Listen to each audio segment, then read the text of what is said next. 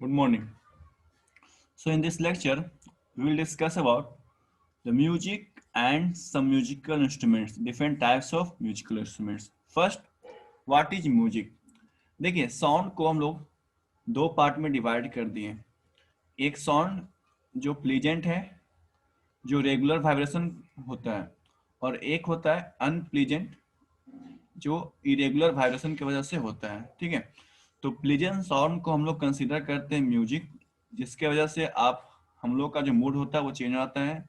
ठीक है, और अनप्लीजेंट को हम लोग बोलते हैं नॉइज, जिसकी वजह से हमारा मूड बिल्कुल खराब हो जाता है, कोई काम करने में मन नहीं लगता। म्यूजिक और नॉइज दोनों साउंड ही है, तो कौन सा साउंड म्यूजिक है और कौन सा साउंड नॉइज है वो डिपेंड करता है कि हम लोग किस तरह के साउंड को सुनना चाहते हैं। जिसको हमको प्लीजेंट है, जो साउंड हमको अच्छा लग रहा है, सुनने में बहुत मीठा लग रहा है, उसको हमारे लिए म्यूजिक है।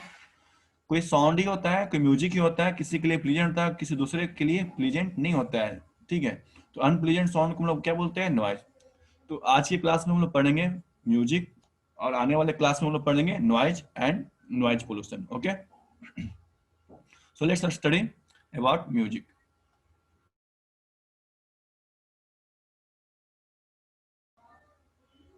देखिए, the sound having pleasant sensation is called music. अब जो म्यूजिक होता है वो किसी न किसी म्यूजिकल इंस्ट्रूमेंट से होगा। अगर कोई बंदा सॉन्ग भी गा रहा है तो हो सकता है, लेकिन उसके साथ साथ हमें म्यूजिक इंस्ट्रूमेंट भी चाहिए ताकि और ज़्यादा प्लेजेंट हो। तो हमें इंस्ट्रूमेंट की जरूरत होता है। तो जो इंस्ट्रूमेंट म्यूजिक प्रोड्यूस करेगा उसको हम लोग म्यूजिकल इंस्ट्रूमेंट बोलेंगे।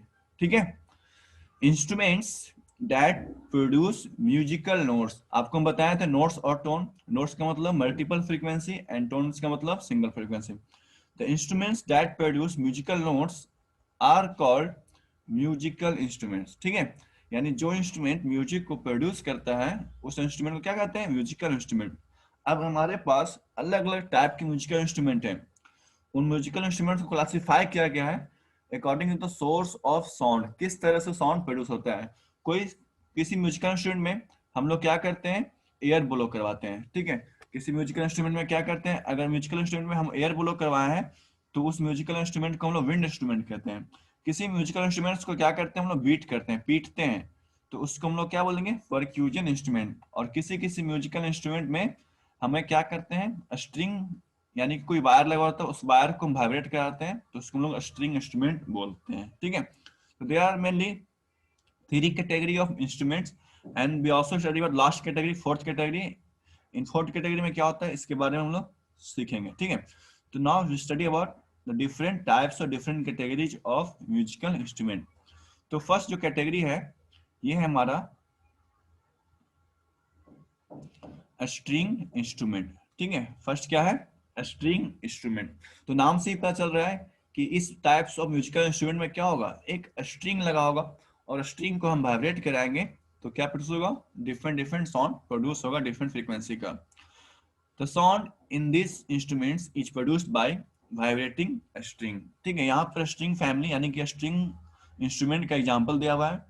ठीक है, वायलिन है, सितार है, अलग तरह का हम लोग अलग अलग तरह का गिटार रखे हुए हैं। ठीक है, अब क्या होता है इस टाइप्स के इंस्ट्रूमेंट में अलग अलग वायर लगा होता है, एक वायर नहीं होता है, इसमें डिफरेंट टाइप्स ऑफ वायर लगाते हैं। सबका लेंथ भी चेंज होता है, सबका थिकनेस भी क्या होता है? चेंज होता है, और सबका टाइटनेस भी क्या होता है? चेंज होता है।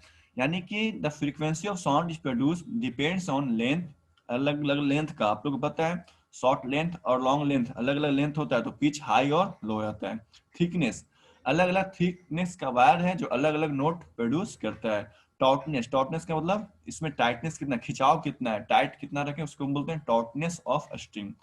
तो अलग अलग स्ट्रिंग अलग अलग साउंड प्रोड्यूस करता है, और हम अलग अलग इंस्ट्रूमेंट यूज करके अलग अलग जगह पर इसको स्ट्राइक करके वाइब्रेट करके हम लोग डिफरेंट डिफरेंट साउंड प्रोड्यूस करते हैं। ठीक है, तो फर्स्ट फैमिली कंप्लीट हो गया, स्ट्रिंग इंस्ट्रूमेंट।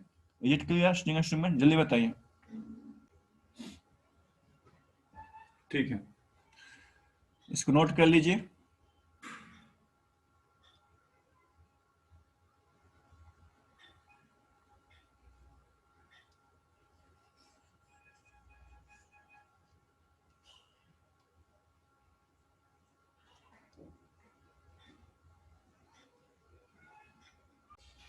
चलिए नेक्स्ट है विंड इंस्ट्रूमेंट। विंड इंस्ट्रूमेंट क्या होता है? In this instruments the sound is produced by blowing of air. ठीक है, हम इस वाले म्यूजिकल में इंस्ट्रूमेंट में एयर को ब्लो करते हैं।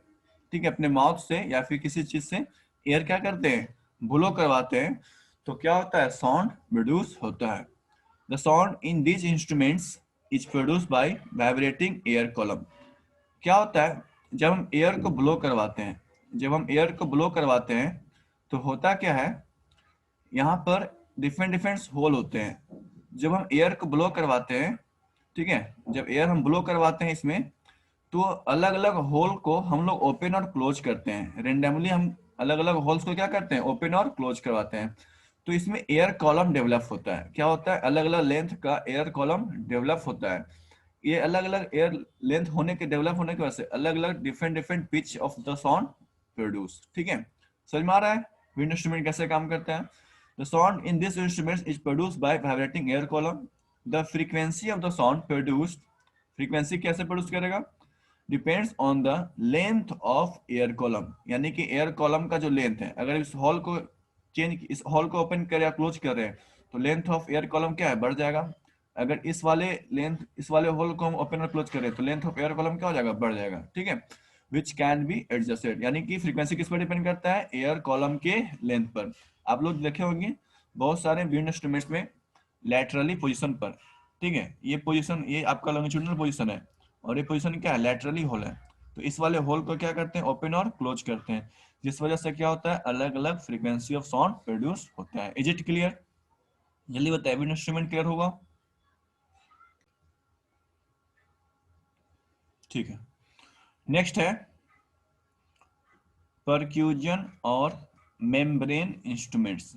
इसमें क्या होता है, परक्यूजन का मतलब होता है पीटना, धक्का, किसी चीज को ऊपर जोर से मारना, हिट करना। ठीक है, परक्यूजन। मेम्ब्रेन का मतलब किसी तरह का या फिर लेदर का या कोई सा भी स्क्रीन होता है। ठीक है, जैसे आप लोग देखते होंगे ड्रम में, ड्रम में क्या होता है, एक प्लास्टिक का क्या होता है, इसमें स्क्रीन होता है। ढोलक में देखते होंगे लेदर लगा हुआ रहता है। ठीक है, तो परफ्यूजन और ड्रम में क्या होता है, हम इस चीज पर जोर से पीटते हैं। ठीक है, जितना जोर से पीटिएगा अलग अलग साउंड जनरेट होगा। अलग अलग पोजीशन पर, अगर इस तरफ यहाँ पर हम यहाँ पर स्ट्राइक करेंगे, ठीक है, यहाँ पर स्ट्राइक करेंगे तो ये अलग साउंड प्रोड्यूस होगा। अगर यहाँ पर स्ट्राइक करेंगे, बीच में स्ट्राइक करेंगे तो अलग अलग साउंड प्रोड्यूस होता है। तो अलग अलग साइज का, अलग अलग साइज का, अलग अलग थिकनेस का, अलग अलग शेप का जो साउंड होता है, अलग अलग साउंड प्रोड्यूस होता है। ठीक है, चलिए इसके बारे में पढ़ते हैं। In this instrument, sound is produced by striking on tightly stretched membrane। ठीक है, स्ट्राइकिंग की जगह पर स्ट्रक, क्या करेंगे, स्ट्रक करेंगे, जोर से इस पर मारेंगे। ठीक है, तो क्या होगा, साउंड प्रोड्यूस होगा। The tightness of the membrane, membrane का जो टाइटनेस है, इसको हम लोग क्या करते हैं, इसके टाइटनेस को एडजस्ट करते हैं, स्क्रू से क्या करते हैं, टाइटनेस को एडजस्ट करते हैं। एंड इट्स एरिया, छोटा रहेगा तो अलग साउंड प्रोड्यूस होगा, बड़ा रहेगा तो अलग साउंड प्रोड्यूस होगा। जैसे आप लोग ढोलक देखे होंगे, ठीक है, तो एक तरफ छोटा होता है और दूसरी तरफ क्या होता है, बड़ा होता है। देखिए आप लोग ढोलक, है ना, इसके लेंथ को हम लोग क्या करते हैं, एडजस्ट करते हैं, इसके टाइटनेस को क्या करते हैं, एडजस्ट करते हैं। ठीक है, the tightness of the membrane and its area determines the pitch of the sound. Pitch मतलब frequency of the sound. Example में क्या है, तबला, ढोलक, ड्रम, मृदंगम्स इत्यादि। ठीक है, तो यहाँ पर फिगर आप देख सकते हैं, ये सारे जो इंस्ट्रूमेंट आपको दिख रहा है वो किस फैमिली का है, परक्यूजन और मेम्ब्रेन फैमिली का है। ठीक है, इज इट क्लियर? अब देखिए, जो थ्री मेन कैटेगरी है इनके बारे में तो हो चुका है। अब जो बच गया, जो म्यूजिकल इंस्ट्रूमेंट बच गया, जो साइज में बहुत छोटे होते हैं और उनको हम लोग जनरली सारी जगह यूज करते हैं। ठीक है, उसके बिना कोई भी पूजा पॉसिबल नहीं होता है।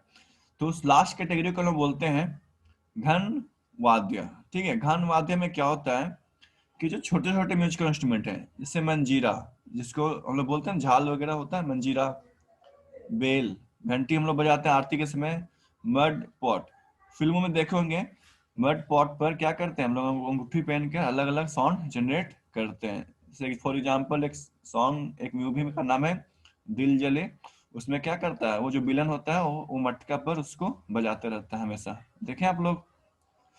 तो जो छोटे छोटे जो बच गए हैं जो जनरली यूज होते हैं, जो कहीं कहीं यूज होते हैं कहीं कहीं यूज नहीं होते हैं, उन वाले कैटेगरी को हम लोग बोलते हैं घन वाद्य। देखिए जल तरंग, जल तरंग में क्या होता है, हमारे पास डिफरेंट डिफरेंट साइज के बॉल होता है और उसमें अलग अलग अमाउंट ऑफ वाटर इसमें क्या करते हैं, फिल करते हैं, ठीक है। तो अलग अलग अमाउंट ऑफ वाटर जो होता है वो अलग अलग साउंड प्रोड्यूस करता है। तो इन सारे म्यूजिकल इंस्ट्रूमेंट को हम लोग लास्ट कैटेगरी में रखें, फोर्थ कैटेगरी में, जिसका नाम है घन वाद्य, ठीक है। These instruments are commonly used in all parts of our country. They are simply beaten or struck in a rhythm. एक रिदम में इसको हम स्ट्रक करते हैं तो क्या होता है, ये साउंड प्रोड्यूस करता है, अलग अलग साउंड प्रोड्यूस करता है, ठीक है। चलिए, तो ये फोर्थ कैटेगरी हमारा कंप्लीट हो गया।